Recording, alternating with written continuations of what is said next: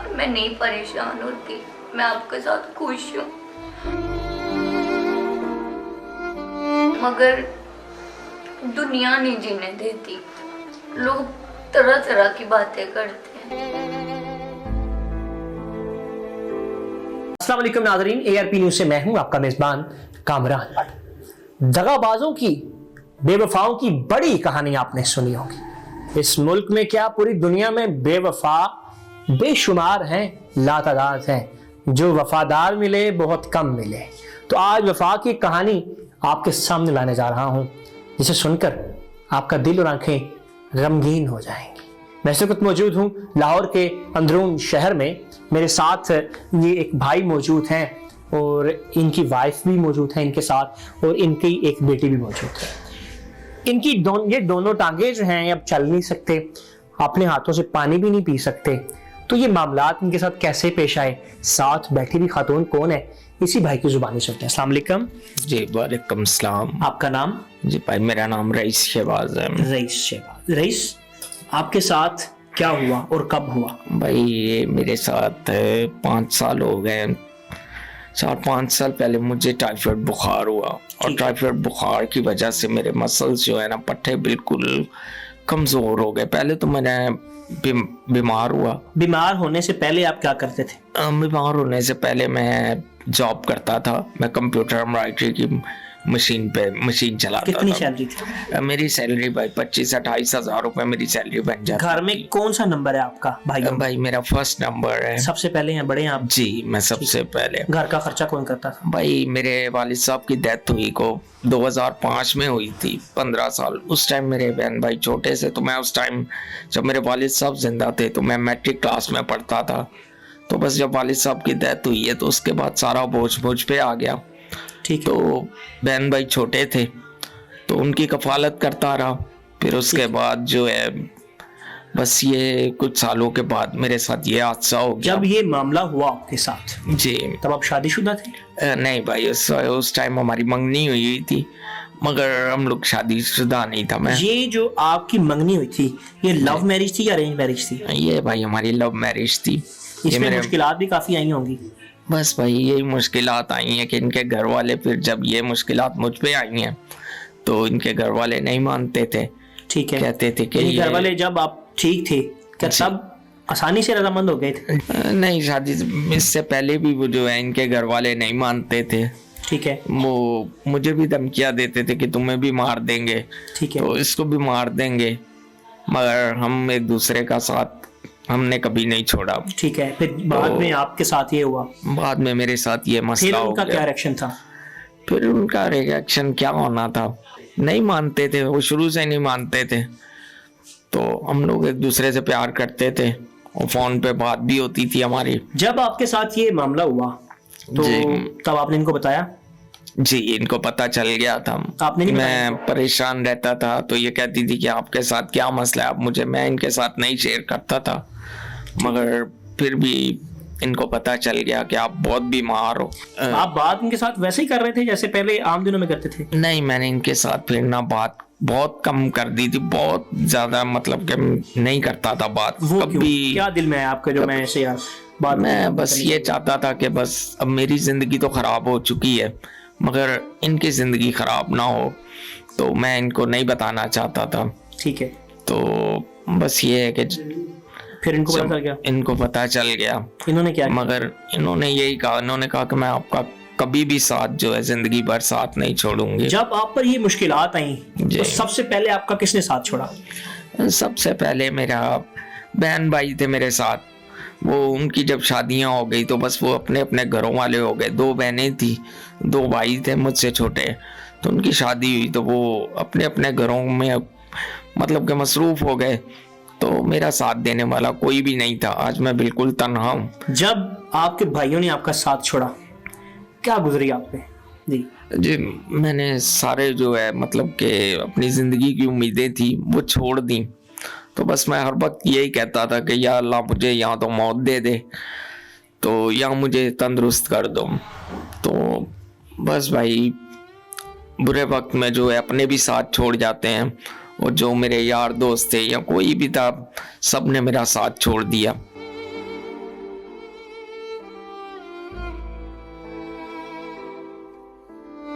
दुख हुआ? बिल्कुल भाई, बहुत दुख हुआ। दिल टूटा? जी। इन्होंने फिर कैसे रब्ता, इनसे रब्ता कैसे हुआ? इन्होंने आपसे किया या आपने इनसे रब्ता किया? नहीं, फिर ये मुझे फोन कर करके बार बार पूछती थी कि आप क्यों मेरे साथ बात नहीं करते, क्यों मुझे टाइम नहीं देते। तो बस मैं नहीं, मेरा दिल टूट गया था। मैं बिल्कुल मतलब कि जो मेरा नहीं दिल चाहता था कि मैं इनकी ज़िंदगी को मतलब कि ख़राब करूं, मगर जब इनको पता चला तो ये मेरे साथ बहुत नाराज़ हुई। इन्होंने कहा कि मैं आपको कभी 20 मरते दम तक ज़िंदगी में कभी नहीं छोड़ूंगी। तब आपको कैसा लगा? भाई मुझे अच्छा भी लगा, और मैं जब सोचता था कि मैं इस काबिल नहीं रहा कि मैं खुद से कुछ कर सकूं या कुछ कमा के किस तरह मतलब के गुजारा करूंगा, तो फिर भी इन्होंने मुझे हिम्मत दी। इन्होंने कहा कि मैं आपके लिए सब कुछ करूंगी, अल्लाह ताला बेहतर करेगा, जो कुछ भी होगा तो जो भी होगा तो मालिक की मर्जी है, तो जो भी है भाई। ये फिर आपसे इनकी शादी हो गई? जी। शादी घर वालों ने करवाई कि आपने? नहीं भाई, हमने अपनी मर्जी से करवाई थी। आप तो घर से बाहर ये- कैसे गए फिर? मैं घर से बाहर नहीं, ये आ गई थी खुद ही? तो जी। तो बस इसी तरह जो है हम लोगों ने फिर मतलब कि निकाह जैसे होता है, फिर तो बस इसी तरह हम लोगों ने शादी कर ली। आपका नाम? साइमा। साइमा, मोहब्बत का आगाज कैसे हुआ इनसे? बस ये मेरी पप्पो के बेटे थे, तो ये जब गांव आया करते थे वैसे हमारी बातचीत हुई तो पता ही नहीं चला, मोहब्बत हो गई। हाँ जी। इनसे मोहब्बत की वजह एक ये भी है कि ये अपने सारे फ़र्ज़ बड़ी अच्छी तरह निभा रहे थे। बहनों की शादी की है, दोनों भाइयों की है, और उनके साथ ही रहते थे। और जब इन पे मुश्किल वक्त आया तो सबसे पहले किसने छोड़ा?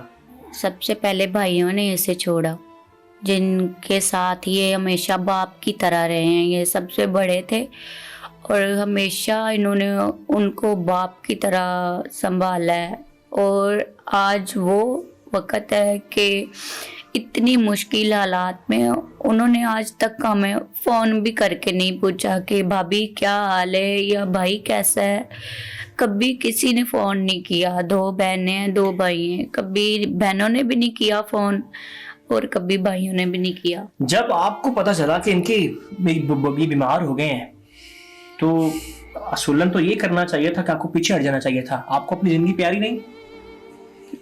नहीं, बस ऐसे ही समझ लें, क्योंकि मैं इनसे प्यार करती थी, मैं इनको छोड़ नहीं थी सकती। पहले मुझे पता ही नहीं था कि ये ऐसे हो गए हैं, तो जब मुझे पता चला मैं काफ़ी इनसे नाराज़ भी हुई कि नहीं तूने मुझे क्यों नहीं बताया ऐसे। तो फिर घर वाले भी नहीं थे मानते, बहुत मसले चल रहे थे, फिर भी मैंने इनका साथ नहीं छोड़ा और ना ही कभी मैं ज़िंदगी में भी इनका साथ नहीं छोड़ूंगी। जब यहाँ से बाहर जाती हैं आप तो माशरे का क्या रिएक्शन है? खास करके औरतें मुझसे पूछती हैं हमारे मोहल्ले की कि साइमा तुम छोटी सी हो अभी, तो तू कैसे अपना घर का अफोर्ड करती हो, क्या तुम्हारा हस्बैंड तो घर पे चारपाई पे पड़ा है, कैसे घर का निज़ाम चल रहा है। तरह तरह की बातें करती हैं, मगर मैं किसी की बात को दिल पे नहीं लेती, सबकी बातें इग्नोर करती हूँ। कभी दिल टूटा हो?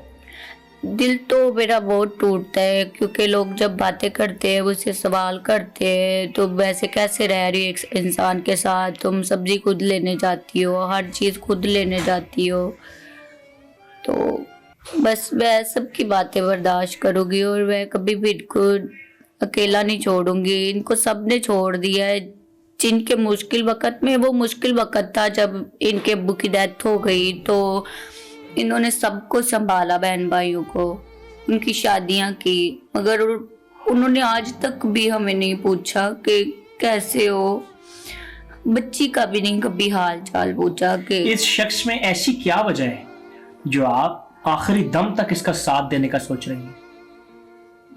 इनमें कोई वजह हो या ना हो, बस मैं एक दिल से लगाव है, प्यार है, मैं इनको कभी नहीं छोड़ सकती। मुझे शायद मेरी ज़िंदगी में कोई मैं लाना चाहती तो कोई आ भी सकता था, मगर मैं कहती हूँ कि सब मेरे भाई है, कोई नहीं है बस इनके अलावा। और हम मेरे अबू है ना मेहनत मजदूरी करते थे, अबू तो हम गरीब ही थे, इनकी सैलरी वगैरह सही थी, काम सही करते थे ये। तो इन्होंने नहीं तब देखा कि ये गरीब घर की है या ऐसे है, तो इन्होंने नहीं उस वक़्त में मुझे छोड़ा, तो इस वक़्त में मैं इन्हें कैसे छोड़ सकती हूँ। औरतें तो आपको अब भी कहती होंगी कि फलां से शादी कर लो, फलां से शादी कर लो, कैसा महसूस होता है तब? मुझे 2-3 दफ़ा किसी ने कहा है कि मेरा भाई है तो आप उससे शादी कर लो। और कभी कॉल्स कोई आ जाती है तो पहले भी हमने खुद ही अपनी हेल्प के लिए वीडियो लगाई थी, उस पे बहुत बदतमीज़ लोग फ़ोन करते थे तंग करने के लिए मुझे। तो कहते थे मैं आपको इतने लाख दे सकता हूँ, मैं ये कर सकता हूँ, मैं वो कर सकता हूँ, मैं आपसे शादी करना चाहता हूँ। तो मैं उनको ये कह के कि भाई मुझे आपके इतने लाख नहीं चाहिए, तो आप अब मुझे फ़ोन नहीं करना, और मैं उनका नंबर ब्लॉक कर देती थी। आप पे क्या गुजरती थी तब? मुझे बहुत दुख होता था कि लोग ऐसे होते हैं कि तंग करने वाले होते हैं, कहते हैं कि नहीं ये लड़की का नंबर है, लड़की है। आज की दुनिया में सब लोग भेड़िए हैं, लड़के वो चाहते हैं कि हम किसी की भी इज्जत को ख़राब कर दें। कोई ये नहीं देखता कि कोई परेशान है। और जो ये समझते हैं, कुछ भाई होते हैं अच्छे होते हैं जो समझते हैं कि यार हमारे घर में भी माएँ बहनें हैं, वो भी परेशान हो सकती है, वो भी इस हालत में हो सकती है। वो उनसे गुजारिश है कि वो प्लीज़ हमारी हेल्प करें और इनके इलाज में हमारी मदद करें। जब आप किसी की बीवी और किसी के हस्बैंड को इकट्ठे चलते हुए देखती हैं तो आप पे क्या गुजरती है? तब मैं बस यही आस लगा कर बैठी हूँ कि एक दिन जब ये भी सही होंगे तो मुझे भी लेके जाएंगे बाहर, हमारी जिंदगी में भी ऐसा दिन आएगा।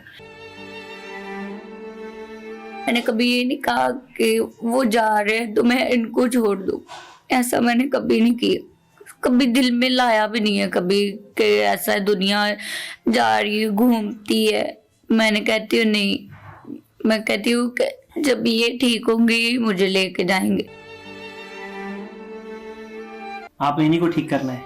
हाँ जी, अल्लाह से दुआ करती हूँ कि बस अल्लाह मियाँ इसको ठीक कर दे, ये ठीक हो जाए और मैं इन्हीं के साथ ही रहूँ। आपकी ख्वाहिश कोई क्या है? ख्वाहिश शादी भी हो गई, लव मैरिज हो गई, मनपसंद मियाँ मिल गए, मेरी बस एक ही है, दरख्वास्त भी है सबके सामने और ख्वाहिश भी है कि मुझे कोई बड़ा घर या कोई आलीशान नहीं चाहिए, मुझे कोई छोटा सा घर मिल जाए जिसमें मुझे ये नहीं टेंशन हो मैंने रेंट देने हैं, मैंने ये करना है वो करना है। बस मुझे ये हो कि मेरा अपना घर है, यहाँ से मुझे कोई उठा नहीं सकता, मुझे किसी की बातें नहीं सुननी पड़ेगी, मुझे ये होगा कि मेरा अपना घर है,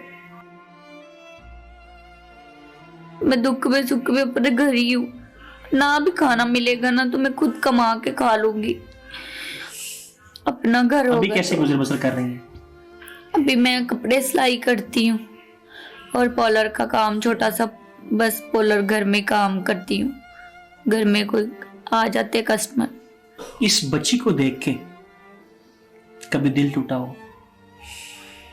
होता है, मेरा भी दिल करता है कि मैं अपनी बच्ची को अच्छे कपड़े पहनाऊँ, अच्छा खाए। ये तो मेरी ये ख्वाहिश है कि जब तक इससे थोड़ी बड़ी होना है, इसका बाबा ठीक हो जाए, कि हम इसकी एक अच्छी परवरिश कर सके, इसको अच्छे स्कूल में डाल सके। और इसके बाबा को बहुत शौक है कि ये डॉक्टर बने। क्या कहना चाहेंगे कामे बाला को? मेरी साहिब हैसियत सब लोगों से ये रिक्वेस्ट है कि जो कोई भी हमारी वीडियो को देख रहा है वो हमारी हेल्प करे, ना कि कोई मेरा नंबर लेके मुझे तंग करे। मेरी मजबूरी को समझे और हमारी जो भी अल्लाह मियाँ आपको तौफीक बख्शता है वो आप हमारी हेल्प करें। और मेरी हुकूमत पाकिस्तान से ये गुजारिश है कि इनके इलाज में भी हमारी हेल्प की जाए और हमें एक छोटा सा घर भी दिया जाए। आप माशाल्लाह खूबसूरत भी हैं, उम्र भी थोड़ी है अभी आपकी, तो इनको छोड़कर आप किसी अच्छी जगह पर शादी क्यों नहीं कर लेती? नहीं, मैं ऐसा कभी नहीं करूँगी क्योंकि मैं इनके बगैर खुश नहीं रह सकती।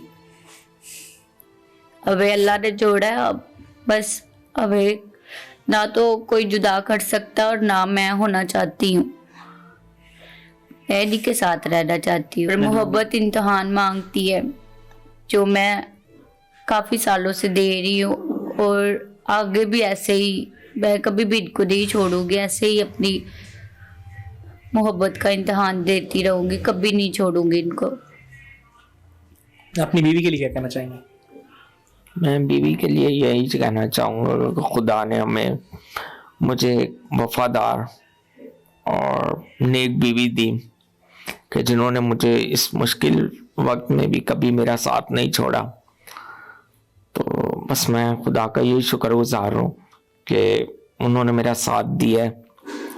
और बस मेरे पास अल्फाज नहीं है कि मैं क्या, बस भाई मेरी यही ख्वाहिश है मैं ठीक हो जाऊं और मैं अपने बीवी और बच्चों के लिए खुद कमा सकूं और खुद से इनको मतलब कि अपनी बेटी की परवरिश कर सकूं और उसको अच्छा पढ़ा लिखा सकूं। बस यही मेरी ख्वाहिश। नाज़रीन, ये थे इस कपल की खूबसूरत कहानी। कहाँ से शुरू हुए, मुश्किलात भी आई तो छोड़ा नहीं। आज भी पुरुमीद हैं उन लोगों के बलबूते पर जो दिल में खौफ खुदा रखते हैं। अगर आपको ये हमारी वीडियो पसंद आए तो सवाब की नीयत से शेयर करें ताकि इनकी कोई ना कोई दर्द दिल रखने वाला इंसान मदद कर सके। इनका नंबर हम अपनी स्क्रीन पर चला रहे हैं, सिर्फ वही हजरात इनसे रब्ता करें जो हकीकतन इनकी फाइनेंशियली मदद करना चाहते हैं। उस बहन ने बताया कि तंग ना करें, हमारी ज़िंदगी पहले ही बड़ी मुश्किलात से गुजरी। ARP न्यूज़ से कामरान भट्ट को दीजिए इजाज़त। अल्लाह निगहबान।